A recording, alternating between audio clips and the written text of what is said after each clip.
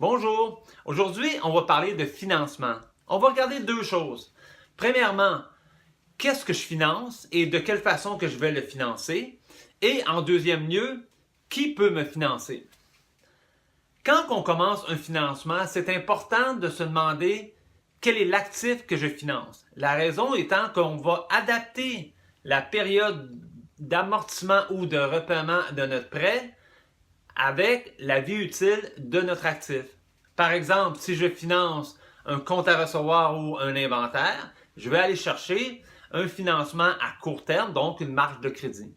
Si je vais financer un actif à long terme, par exemple un immeuble, je vais aller chercher un prêt hypothécaire que je vais rembourser sur 15, 20, 25 ans ou 30 ans.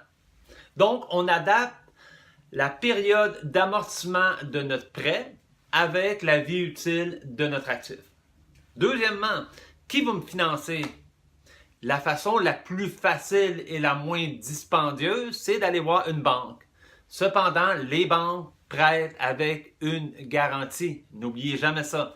Donc, si je vais chercher un prêt hypothécaire, ils prennent en garantie mon immeuble. Si je vais chercher une marge de crédit, ils prennent en garantie mes comptes à recevoir et mon inventaire. Donc, les banques prêtent avec une garantie.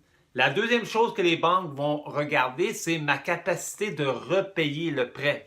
Donc, je dois faire la démonstration que je suis capable de le repayer.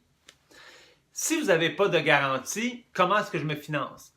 On va souvent aller voir des institutions alternatives, par exemple la BDC, Investissement Québec ou même un prêteur privé.